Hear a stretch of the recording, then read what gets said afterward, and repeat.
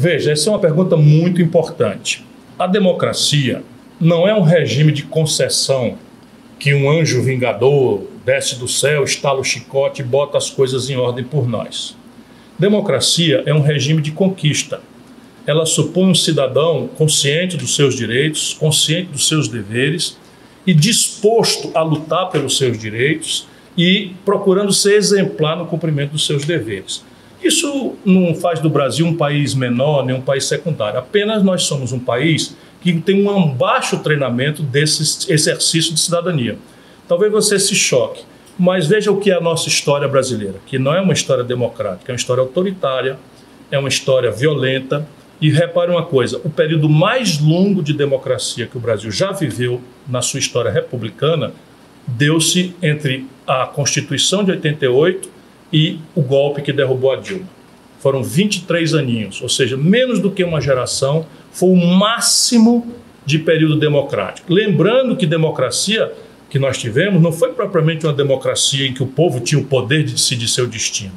Era uma democracia onde a gente tinha o direito de votar, de ser votado, o direito de ir e vir, o direito de dar opinião, o direito de se reunir sem sofrer as violências que no passado foram muito comuns contra estudantes, trabalhadores, políticos de oposição, que amargaram morte, tortura, enfim, que essa gente que nos governa hoje defende esse tipo de coisa.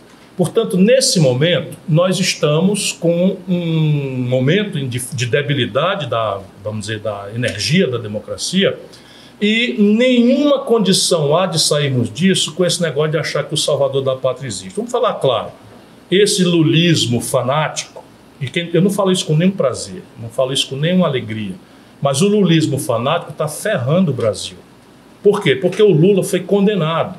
Se a gente acha que é justo ou injusto, é uma opinião livre que a gente tem. Mas o Lula optou, consciente e lucidamente, contra a minha opinião, por aceitar o rito da justiça. O que significa aceitar o rito da justiça?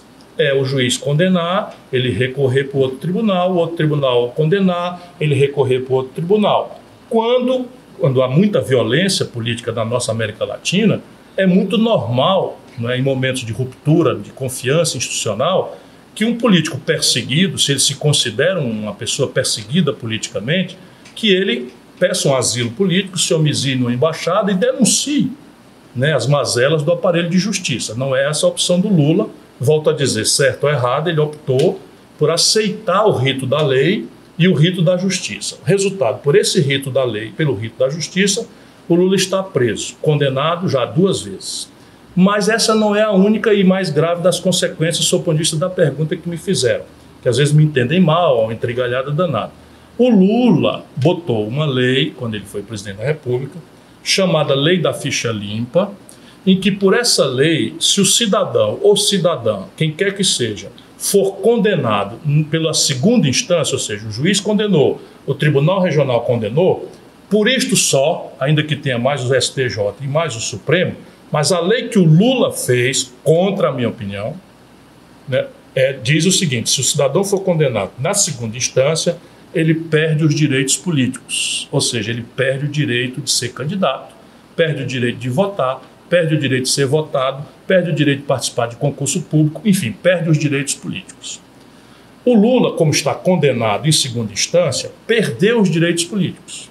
O que é que eles fazem? Sabem que parte do povo odeia o Lula, mas parte do povo tem muita gratidão, muito justamente, inclusive, penso eu. Essa gente, o que é que faz o Lula? Apresenta uma candidatura na eleição passada, que ele sabia que não ia passar, explorando a boa-fé do nosso povo, uma espécie de fraude, e leva isso até a véspera da eleição, quando o tribunal, na linha da lei que o Lula fez, diz: não, senhor, essa lei aqui, o senhor que fez, e está dito aqui que o senhor está condenado. Não estou dizendo que é justa a condenação, porque até já disse que não era. Mas condenado, e o senhor aceitou esse caminho, está recorrendo ali no STJ, o senhor não pode ser candidato. Resultado, o Lula faz aquilo que tinha planejado: enganar o povo, que tem gratidão por ele, e se apresentar como um candidato que não ia ser, e depois tirado, fazer-se de vítima e botar um laranja, como já tinha feito com a Dilma. Você se lembra? A Dilma nunca tinha disputado uma eleição, a Dilma nunca tinha sido política, a Dilma, sendo uma boa pessoa, não tem a menor dúvida, mas o Lula botou para continuar mandando nela. Esse, infelizmente, é a tragédia. Isto é o culto à personalidade. O nome disso não é esquerda. O nome disso é caudilismo. E isso é um flagelo na América Latina, onde está o nosso país. Nós precisamos, com todo respeito às personalidades todas, porque política quem faz são pessoas. Portanto, as pessoas são essenciais nesse processo. Mas nós precisamos, todo dia, apostar em ajudar o povo a entender, de maneira que o povo vote não em fulano ou beltrano, mas em ideias, em projetos. Por isso eu falo tanto em projeto nacional de desenvolvimento, porque nós precisamos que cada brasileiro, especialmente os mais jovens, né, que estão pagando e vão pagar muito mais amargamente a destruição da nossa pátria, né, que se apropriem das ideias. E aí vamos ver quem interpreta melhor essas ideias, vamos organizar a oposição a essas ideias, e aí deixa de ser a política dependente de uma figura carismática, que sendo o melhor que possa ser, amanhã pode não estar entre nós. E isso é o que o país não pode fazer, depender de um homem só.